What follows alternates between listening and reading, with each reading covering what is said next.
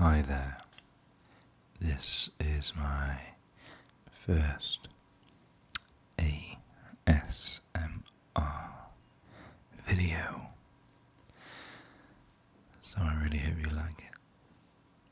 I'm going to be reading you some extracts from Seneca on the shortness of life. It is a classic piece of philosophy, which I think you will find very relaxing. Obviously, with all ASMR, this will work well if you are wearing headphones. Seneca was a Roman who lived 2,000 years ago. He was born in 5 BC and he died in AD 65. So 2,000 years ago, and now he was quite a young man. Most human beings complain about the meanness of nature because we are born for a brief span of life, and because this spell of time that has been given to us rushes by so swiftly and rapidly that with very few exceptions, life ceases for the rest of us just when we are getting ready for it. Nor is it just the man in the street and the unthinking mass of people who groan over this as they see it universal evil. The same feeling lies behind complaints from even distinguished men. Hence the dictum of the greatest of doctors: life is short, art is long. Hence too the grievance, most improper to a wise man, which Aristotle expressed when he was taking nature to task for indulging animals with such long existences that they can live through 5 or 10 human lifetimes, while a far shorter limit is set for men who are born to a great and extensive destiny. It is not that we have a short time to live, but that we waste a lot of it. Life is long enough, and a sufficiently generous amount has been given to us for the highest achievements, if it were all well invested. But when it is wasted in heedless luxury and spent on no good activity, we are forced at last by death's final constraint to realize that it has passed away before we knew it was passing. So it is. We are not given a short life, but we make it short. And we are not ill-supplied, but wasteful of it. Just as when ample and princely wealth falls to a bad owner, it is squandered in a moment. But when wealth, however modest, if entrusted to a good custodian, increases with use, so our lifetime extends amply if you manage it properly. Why do we complain about nature? She has acted kindly. Life is long if you know how to use it. But one man is gripped by insatiable greed, another by laborious dedication to useless tasks. One man is soaked in wine, another sluggish with idleness. One man is worn out by political ambition, which is always at the mercy of the judgment of others. Another, through hope of profit, is driven headlong over all lands and seas by the greed of trading. Some are tormented by a passion for army life, always intent on inflicting dangers on others or anxious about danger to themselves. some are worn out by the self-imposed servitude of thankless attendance on the great. Many are occupied by either pursuing other people's money or complaining about their own. Many pursue no fixed goal, but are tossed about in ever-changing directions by a fickleness which is shifting, inconstant, and never satisfied with itself. Some have no aims at all for their life's course, but death takes them unawares as they yawn languidly, so much so that I cannot doubt the truth of that oracular remark of the greatest of poets. It is a small part of life we really live. Indeed, all the rest is not life but merely time. Vices surround and assail men from every side, and do not allow them to rise again and lift their eyes to discern the truth, but keep them overwhelmed and rooted in their desires. Never can they recover their true selves.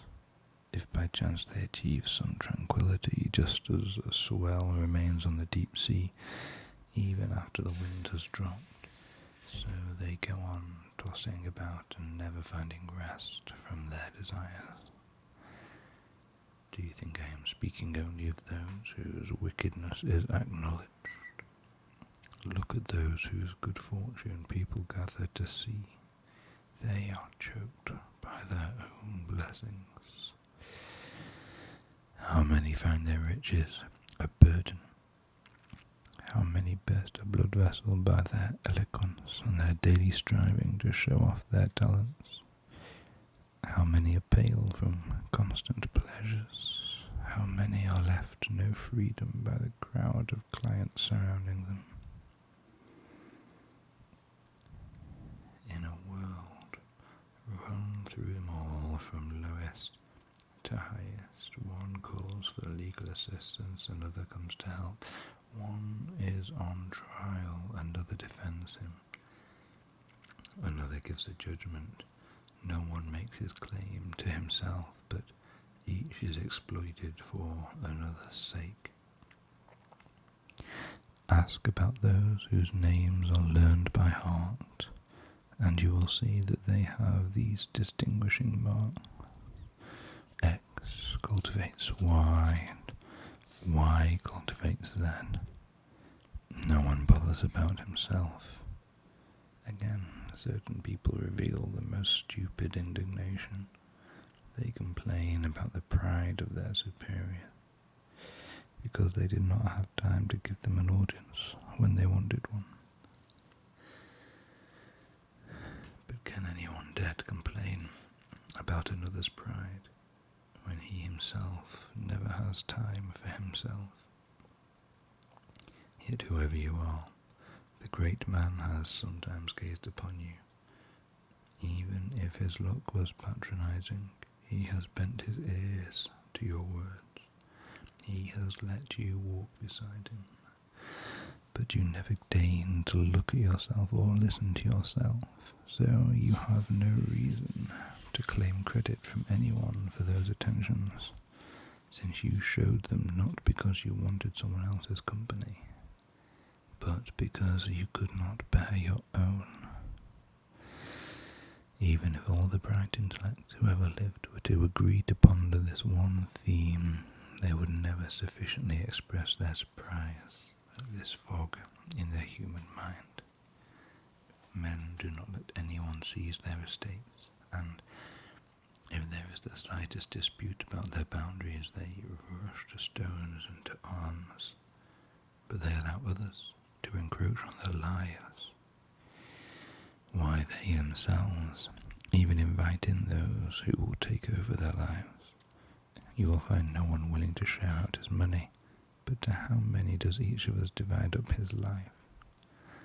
People are frugal in guarding their personal property, but as soon as it comes to squandering time, they are almost wasteful of the one thing in which it is right to be stingy. So I would like to fasten on someone from the older generation and say to him, I see that you have come to the last stage of human life. You are close upon your 100th year, or even beyond. Come now, hold an audit of your life.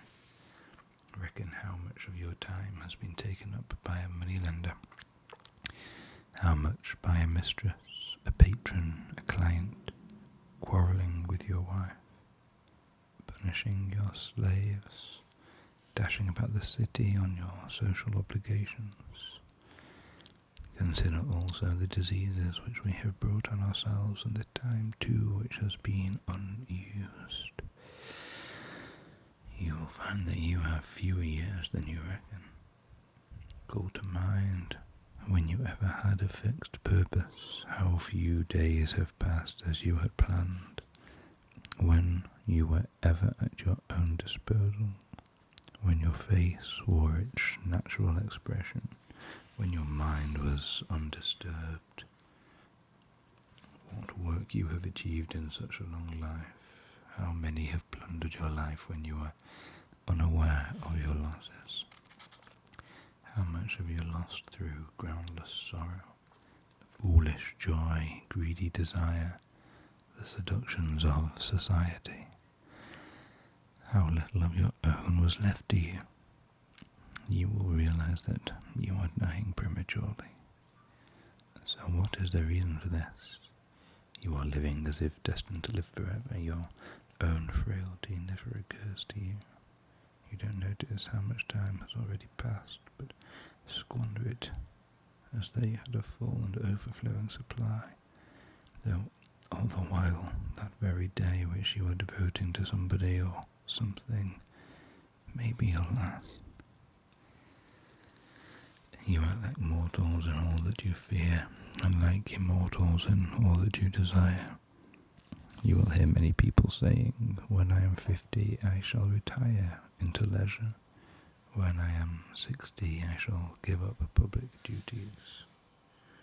And what guarantee do you have of a longer life? Who will allow your course to proceed as you arrange it? Aren't you ashamed to keep for yourself just the remnants of your life, and to devote to wisdom only that time which cannot be spent on any business? How late is it to begin, really, to live just when life must end? How stupid to forget our mortality and put off sensible plans to our 50th and 60th years, aiming to begin life from a point at which few have arrived. You will notice that the most powerful and highly stationed men let drop remarks in which they pray for leisure, praise it and rate it higher than all of their blessings. At times they long to descend from their pinnacles if they can in safety, for even if nothing external assails or ignites it, high fortune of itself comes crashing down.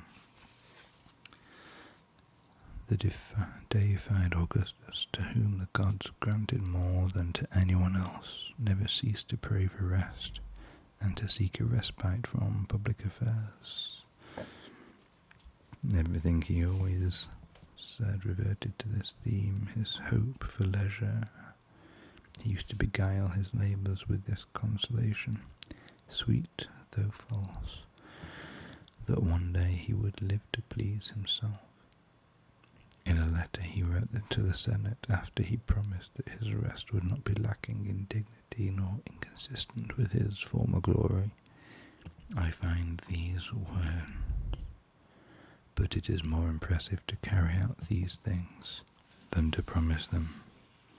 Nevertheless, since the delightful reality is still a long way off, my longing for that much desired time has led me to anticipate some of its delights by the pleasure arising from words. So valuable did leisure seem to him that, because he could not enjoy it in actuality, he did so mentally in advance. He who saw that everything depended on himself alone, who decided on the fortune of individuals and nations, was happiest when thinking of that day on which he would lay aside his own greatness. He knew from experience how much sweat those blessings gleaming through every land cost him, how many secret anxieties they concealed. He was forced to fight first with his fellow countrymen, then with his colleagues, and finally with his relations, shedding blood on land and sea, driven to fight in Macedonia, Sicily, Egypt, Syria, Asia. Almost every country he turned his armies against foreign enemies when they were tired of shedding Roman blood, while he was establishing peace in the Alps and subduing enemies established in the middle of his peaceful empire, while he was extending his boundaries beyond the Rhine, the Euphrates and the Danube. At Rome itself, Murena, Capeo, Lepidus, Ignatius, and others were sharpening their swords against him. Nor had he yet escaped their plots when his daughter and all the noble youths bound to her by adultery, as though by an oath, kept alarming his feeble old age. As dull, Julius and a second formidable woman linked to Antony. He cut away these ulcers, limbs and all, but others took their place. Just like a body with a surfeit of blood which is always subject to a hemorrhage somewhere, so he longed for leisure, and as his hopes and thoughts dwelt on that, he found relief for his labours. This was the prayer of the man who could grant the prayers of mankind. When Marcus Cicero was cast among men like Catiline and Claudius and Pompey and Crassus, some of them undisguised enemies and some doubtful friends, when he was tossed about in the storm that struck the state, he tried to hold it steady as it went to its doom. But at least, at the last, he was swept away.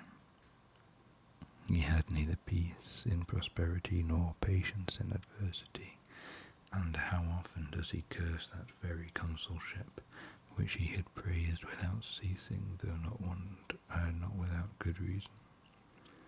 What woeful words he used in letters to Atticus, when the elder Pompey had been conquered, and his son was still trying to revive his defeated forces in Spain. "Do you want to know," he said, "what I am doing here? I am staying a semi-prisoner in my Tusculan villa." He then goes on to bewail his former life, to complain of the present and to despair of the future. Cicero called himself a semi-prisoner, but really and truly the wise man will never go so far as to use such an abject term.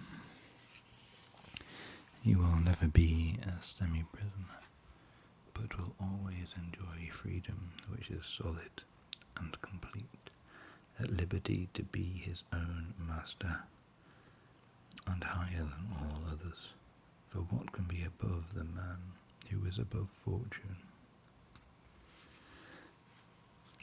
Livius Drusus, a bold and vigorous man, had proposed laws which renewed the evil policy of the Gracchi, and he was supported by a huge crowd from all over Italy.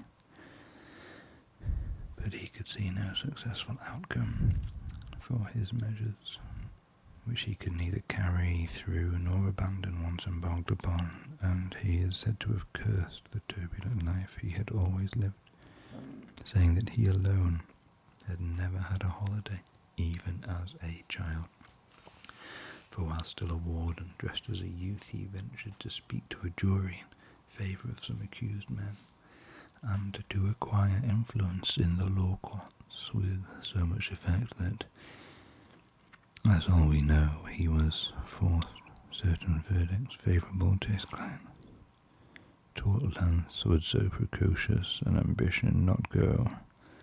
You might have known that such premature boldness would result in terrible trouble, both public and private. So he was too late in complaining that he had never had a holiday, since from his boyhood he had been a serious troublemaker in the forum. It is uncertain whether he died by his own hand, for he collapsed after receiving a sudden wound in the groin, some people doubting whether his death was self-inflicted, but no one doubting that it was timely. It would be superfluous to mention any more, who, though seeming to others the happiest of mortals, themselves bore true witness against themselves by their expressed hatred of every action of their lives.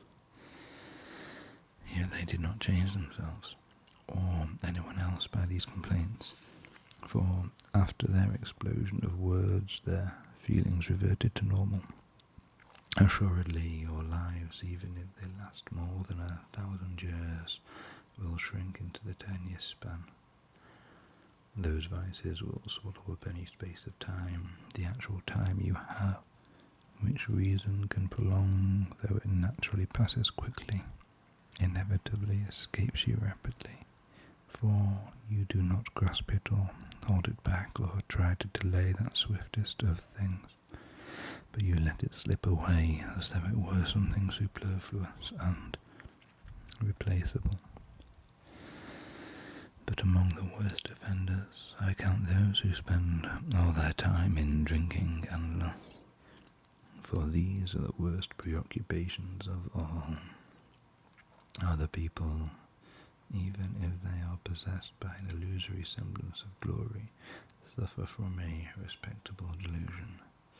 You can give me a list of miserly men or hot-tempered men who indulge in unjust hatreds or wars, but they are all sinning in a more manly way.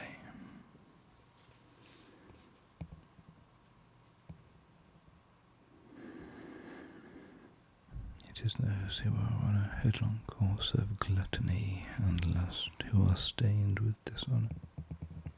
Examine how these people spend their time, how long they devote to their accounts, to laying traps for others or fearing those laid for themselves, to paying court to others or being courted themselves, to giving or receiving bail, to banquets which now count as official business.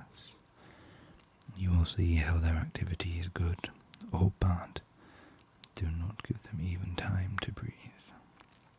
Finally, it is generally agreed that no activity can be successfully pursued by an individual who is preoccupied, not rhetoric or liberal studies, since the mind, when distracted, absorbs nothing deeply, but rejects everything which is good.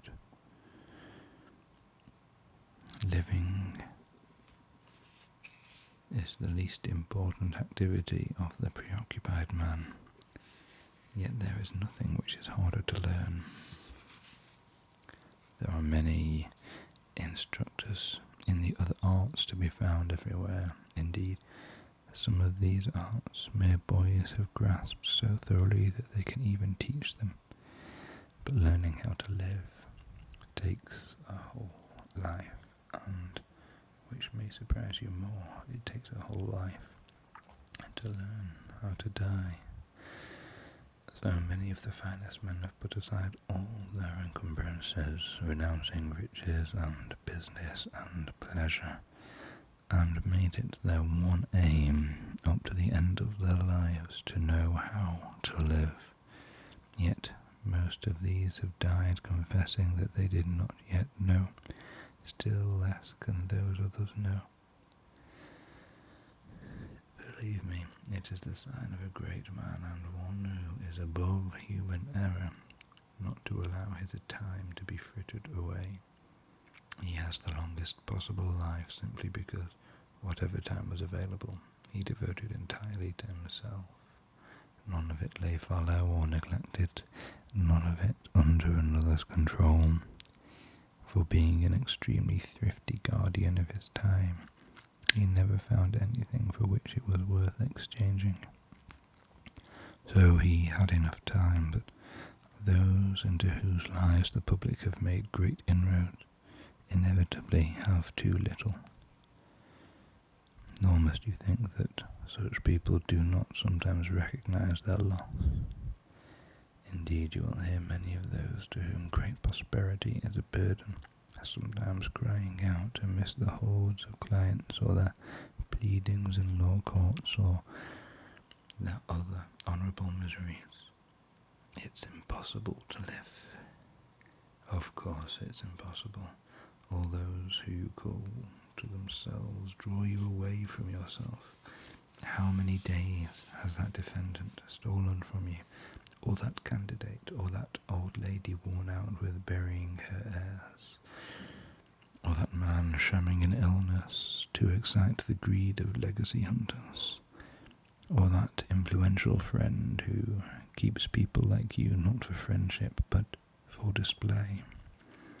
Mark off, I tell you, and review the days of your life, and you will see that very few, the useless remnants, have been left to you. One man who has achieved the badge of office he coveted longs to lay it aside, and keeps repeating, will this never end? Another man thought it was a great coup to win the chance of giving games, but having given them, he says, when shall I be rid of them?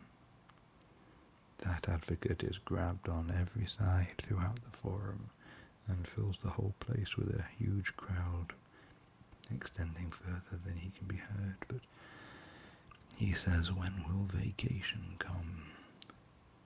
Everyone hustles his life along and is troubled by a longing for the future and weariness of the present. But the man who spends all his time on his own needs, who organizes every day as though it were his last, neither longs for nor fears the next day. For what new pleasures can any hour now bring him? He has tried everything and enjoyed everything to repletion. For the rest, fortune can dispose as she likes. His life is now secure. Nothing can be taken from this life, and you can only add to it as if giving to a man who is already full and satisfied food which he does not want but can hold. So you must not think a man has lived long because he has white hair and wrinkles. He has not lived long, just existed long, for suppose you should think that a man had had a long voyage who had been caught in a raging storm as he left harbour, and carried hither and thither and driven round and round in a circle by the rage of opposing winds. He did not have a long voyage, just a long tossing about. I am always surprised to see some people demanding the time of others and meeting a most obliging response. Both sides have in view the reason for which time is asked, and neither regards the time itself, as if nothing there is being asked and nothing given. They are trifling with life's most precious commodity, being deceived because it is an intangible thing, not open to inspection and therefore reckoned very cheap. In fact, almost without any value. People are delighted to accept pensions and gratitudes for which they hire out their labour or their support or their services, but nobody works out the value of time. Men use it lavishly as if it costs nothing, but if death threatens these same people, you will see them praying to their doctors. If they are in fear of capital punishment, you will see them prepared to spend their all to stay alive. So inconsistent are they in their feelings. But if each of us could have the tally of his future years set before him, as we can of our past years, how alarmed would be those who saw only a few years ahead, and how carefully would they use them. and yet it is easy to organize an amount, however small, which is assured. We have to become more careful in preserving what will cease at an unknown point. But you are not to think that these people do not know how precious time is. They commonly say to those they are particularly fond of that they are ready to give them some of their year, and they do give them without being aware of it. But the gift is such that they themselves lose without adding anything to the others.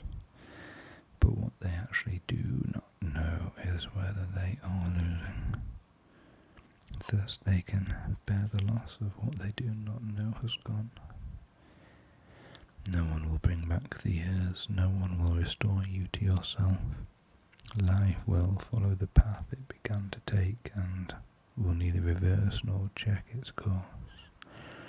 It will cause no commotion to remind you of its swiftness, but glide on quietly. It will not lengthen itself for a king's command or a people's favour.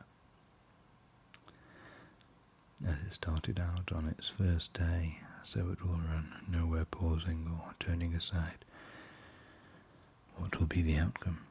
You have been preoccupied while life hastens on. Meanwhile death will arrive, and you have no choice in making yourself available for that. Can anything be more idiotic than certain people who boast of their foresight? They keep themselves officially preoccupied in order to improve their lives. They spend their lives in organizing their lives. They direct their purpose with an eye to a distant future, but putting things off is the biggest waste of life. It snatches away each day as it comes and denies us the present by promising the future. The greatest obstacle to living is expectancy, which hangs upon tomorrow and loses today. You are arranging what lies in fortune's control and abandoning what lies in yours. What are you looking at? To what goal are you straining? The whole future lies in uncertainty. Live immediately. Listen to the cry of our greatest poet, who, as though inspired with divine utterance, sings salutatory verse. Life's finest day, for wretched mortals here, is always first to flee.